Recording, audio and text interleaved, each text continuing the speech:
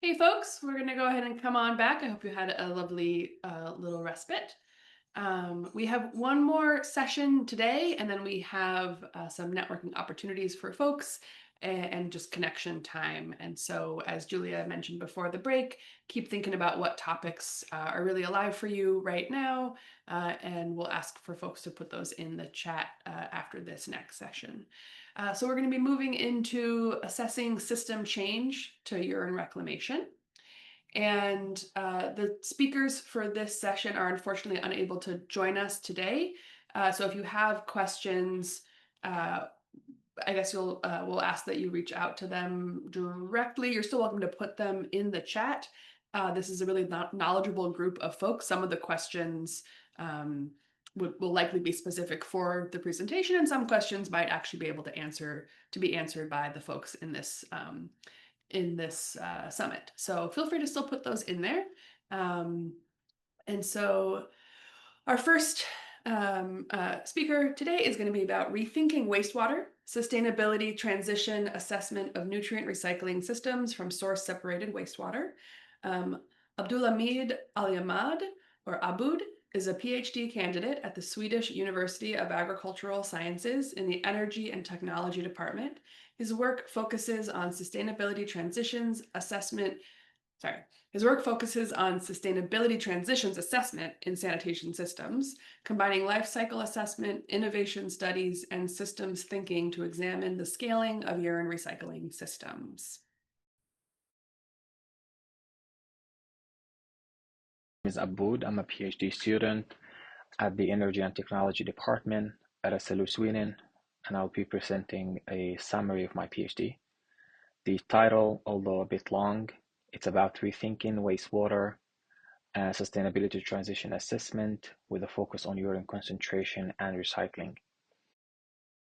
I'm going to be skipping the introduction, assuming everyone has an understanding of the nutrient management system we have nowadays in wastewater that is more or less linear, and that we need to do some changes here to recover nutrients, to lower the dependency on synthetic fertilizer, the environmental issues, and also increasing the capacity in treatment plants. And by then, we hopefully get to the circular economy, closed loops. And a viable path is the source separation. And in the realm of source separation, we have urine recycling, and it is a unique stream due to the fact that it only makes 1% of the volume, but it contains the majority of the nutrients we have in wastewater. And also you can achieve the environmental benefits that I just listed in the first slide. Now, urine recycling sounds interesting, but what is the issue then? Well, the first question that my PhD started with is why urine recycling have not yet advanced into large scales, and despite the environmental potentials, but also the potentials in general for food and fertilizer security. And before I walk you through how we've tackled this question, I think it is nice if we talk a little bit about sustainability research, given that it is in the core of my PhD. So, as you may know, in sustainability research, we have two domains, or one could even call them schools. We have sustainability assessment and we have sustainability transition. The sustainability assessment is very good at quantifying the environmental, social, economic impact of a certain system or product. And we have tools like LCA, MCA, etc. But they don't tell you how to upscale that system that you just evaluated. On the other hand, we have sustainability transition theories like TESS or multi-level perspective. They are good at understanding and evaluating the performance of a system, but they don't tell you which system you have to focus on. So I think it is clear that there needs to be some sort of communication between these two schools, and that's what we've tested in a sustainability transition assessment framework, combining the two different research, different tools. So we're starting here with today, we need a paradigm shift in sanitation. We started with an LCA, and then we apply the transition theories after that. We also use the system dynamics modeling to look for pathways. And then when we are at the stage of communicating with decision makers, we've done a second LCA to tell them, or to inform, where is the most environmental location for treatment. So the first is a comparative LCA, it's a consequential LCA done in Lund, Sweden. We have the conventional treatment plan, and then in the second scenario, we've integrated urine to take care of 75% of the collected urine. And just to simplify the system that we have, so we stabilize urine to prevent the hydrolysis with the help of 10 grams citric acid per liter. Then we concentrate it and then we dry it into a powder, 20 kilograms per person per year, with the composition of nitrogen, phosphorus, potassium. And then in the third scenario, you have a black and gray water system, and it mimics the system that we have in operation here in Sweden, Helsingborg city. And then in the fourth scenario, we've integrated urine to the black and gray water system. Results showed that the treatment plan had the highest carbon footprint or global warming potential. And you can see that the global warming potential got reduced in the other three scenarios. I'll be explaining why in a bit.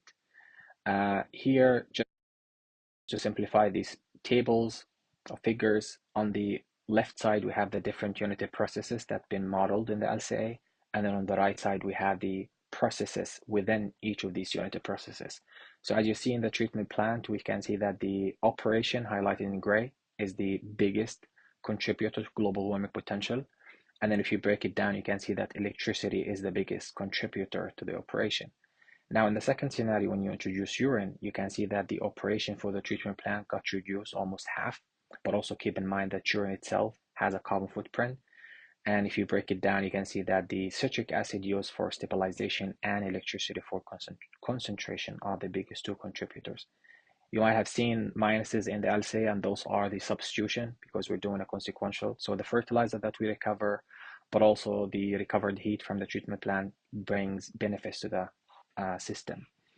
And then here, the black and gray water system, you can see that the biggest contributor is also operation. If you break it down, you can see that ammonia stripping and struvite are the biggest contributors. That's why we've integrated urine in the fourth scenario. We thought, what if urine takes care of the nitrogen instead of the ammonia stripping? You can see that the ammonia stripping and the precipitation, struvite precipitation got improved. So the conclusion of this LCA is that urine actually can bring benefits to both the centralized treatment plant, but also to a source separation system like the black and gray water. Now, in the system transition theories, we've done a comparative analysis between Sweden and Switzerland, given that these two countries are pioneers and at the forefront. So we've identified different types of barriers. We've used a technological innovation system, which looks at certain functions within that system. I don't have the time to explain all that, but we can see that the weak legislative support, weak market, but also legitimacy were major barriers. So we've taken these barriers in the form of variables, and then we've implemented them into a system dynamics modeling. I don't also have the time to walk you through all that. It will take me a few hours, but we can see that the stock that we have is the UTT installed, what comes in the adoption rate, and then what leaves is the abandonment rate. We've tested 3 different trajectories for urine installation in Sweden between 2025 and 2050. And the best case scenario where you have high lobbying and you have certification, you have incentives, while the middle one you have low lobbying, and then the red one you can see we have no certification and no incentives. You can see that 3 scenarios have an increase up to 35 in the first decade, but then the best case scenario continues versus the red one decline because the outcome of the stock, which is the abandonment rate, overpowers the adoption rate. And then now we are at the stage where we're communicating with decision makers about installation and implementation. And you may know that urine recycling of our system could be done either in the toilet or in the basement or in a centralized where you stabilize urine in the basement and then you just pump it in a sewer to the centralized station where you will conduct concentration and then drying. And the results showed that the basement scenario had the best environmental performance across all impact categories. It's in the middle one. And the worst was the toilet and also the centralized one. They were almost comparable. And if I want to break them down, you can see that still citric acid and electricity were the biggest contributors. And for the third scenario, it was the sewer network that had the highest. One thing about this LCA that each of these systems had a different energy recovery patterns. And here in a sensitivity analysis, I didn't show you this. I didn't show you the sensitivity analysis for the first LCA, but citric acid has been shown to be the highest contributor for stabilization. So we switched it with citric acid, and then you can see that the system can become even carbon negative with up to 52% energy recovery instead of 70. This one here is more of a methodological test. Is when you do, I think I'm covering the below figure, but the idea of this figure is to compare how the results change when you use different system models. As you know, in life cycle assessment, you could do an attributional using cutoff, or you could use a consequential. And those use different types of data, average data versus marginal. And in the first top figure, we've done the consequential, and we've said that the best scenario was the basement and the worst was the toilet. But then when you switch to cutoff, you can see that all the three scenarios became, no, at least the first and the second became negative, and the third got even reduced. So the idea of this comparison is to be careful when we do modeling, at least in the stage where you're communicating with decision makers, and be a bit transparent on how the modeling has been done. Because these two figures can, if two people done this LCA, they could, using the same data, they would lead to different results. And I think I have 10 minutes. I would love to give more, but I will stop here. And thank you. And if you have any questions, you can reach me out via my email or number. Thank you.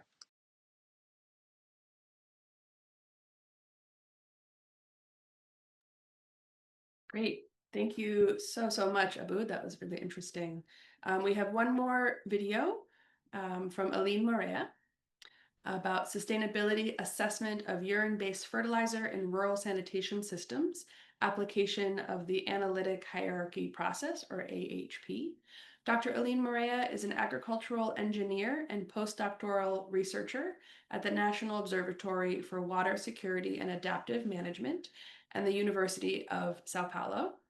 She holds a PhD in water resources from the Federal University of Mato Grosso do Sul, or UFMS, and the Swedish University of Agricultural Sciences, SLU. Her work bridges academia, industry, and government through sustainable rural development projects. She also serves as secretary of the Young Water Professionals Brazilian chapter of the International Water Association.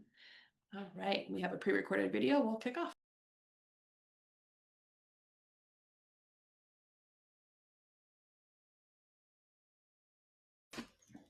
Hello everyone. Unfortunately, I won't be able to join you in a real time, but I've had to record this to represent Latin America countries, especially Brazil, and urine recycling sector. My name is Aline. I'm naturally from Brazil, and to start my presentation, I would like to take a moment to thank God for this opportunity to have brought me here today. Also, I would like to thank you, my audience, for your time and attention. It's a pleasure for me to share something with you that took me around 6 years to develop alongside with my research group. So my aim today is not only to show you a bunch of data set or statistical analysis of different urine recycling tech hang model, but my aim today is to urge you through research the need of pay more attention to the users, to the potential users of uranium recycling tech, the market, and also give more attention to the rural people in terms of rural sanitation. And for that, in this sense, we use a Brazilian study case in a region called Pantanal, which is one of the Brazilian biome most affected of wildfires, the forest fires after Amazon. So it's important to highlight that in this region there are several farmers located in remote areas, which means that there's no sanitation company that provide basic sanitation service to this population, due to one of the biggest challenge that we have in Brazil, that involves the distance among the farmers. So, with this in mind, I want you to start to think in these people who most of the time sustain a Brazilian food chain and yet still have low access to basic needs. So, what we want in this research was to build an aggregate index taking into consideration the three sustainability dimensions, which is economic, social, and environmental, to select the most suitable decentralized sanitation technology. In order to select the tech based not in what the technical part want or what the political bias want, but combine in what the community really want, what the nature can support in terms of technology that we need to investigate also, and of course what the government or society can provide in terms of financial. And for this we use a well-known methodology called MCA, multi-criteria analysis, which has in its scope a tool known as analytical hierarchy process. And moving forward to the first step, in the first moment, we drew the potential scenarios that involve a urine recycling and are more prone to be used in our region, in our reality. So the first one was the baseline scenario, and it was the conventional sanitation system. And the second one was the dry toilet plus male urine storage. And the third one was the evapotranspiration tank plus male urine storage. And the fourth was the evapotranspiration tank by itself. And it's important to mention that you may ask, why have you taken into consideration only the male urine storage, only the male urine? It's because in this community, we did find that 85% of the people that live in this region were men. So that's why we consider in these scenarios only the male urine storage. And in the second step, we build a three hierarchy structure where in the first level represent by an overall goal that had to determine the weight of each dimension for a rural community. In the second level, as you can see, was the level of the three dimensions segregated. In each dimension, we define the proper indicators with an exception for the social dimension, and this is our innovation. For example, for environmental and economic, we use the input as environmental engineers, a survey that we took, and also the public data set that we have available here. And for the social dimension, to build this index, to build this weight, we use the community input. And then we aggregate, we combine this three dimension with these different inputs in one single score. So for the third level, as you can see, was to select the tech, which which technology is the highest level in highest score in terms of sustainability.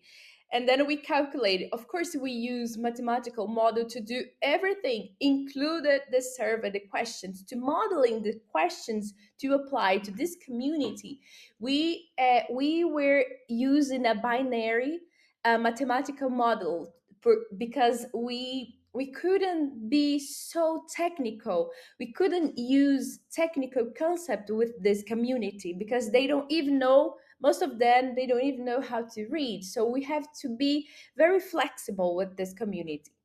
Moving to the results to our results, we obtain a different result when we consider only one single dimension than when we aggregate all three dimensions together. So as you can see, for the environmental dimension, we got the scenario 1C as the highest level. It's important to mention that this is something that we need to remodel and maybe for the future research. For the economic and the environmental, as you can observe, it was the same results. A little bit of difference in terms of score, but it was the same results. This could be a bias because we use environmental engineers, even though we're different environmental engineers for the different dimension, even though the questions, the responses was similar. So the best scenario in from my perspective, we could use financial workers to respond this survey for the economic dimension, not environmental engineers by only. And anyway, so we got the similar results. And the first social dimension, we got the scenario 1D, the evapotranspiration tank, which was determined by the community. Nothing just confirmed the classical consumer behavior, which is always go to the easiest route. But when you combine in a single index the three dimensions, comparing to these different scenarios, you got a different solution for this community. In this case, we got the evapotranspiration tank plus male urine storage. Moving to the closing remarks of my presentation of this study, uh, the message that we want to give you is that an approach that you consider the three sustainability dimension uh, can provide a clear link between sanitation and agribusiness and agriculture. And in that MCA, the multi-criteria analysis could be one tool to help on that, especially for rural communities. So that was my speech. I hope you had fun, enjoy, and I'm open to questions. If you have any questions, you feel free to send me an email. I will be more than happy to reply you. Okay, thank you.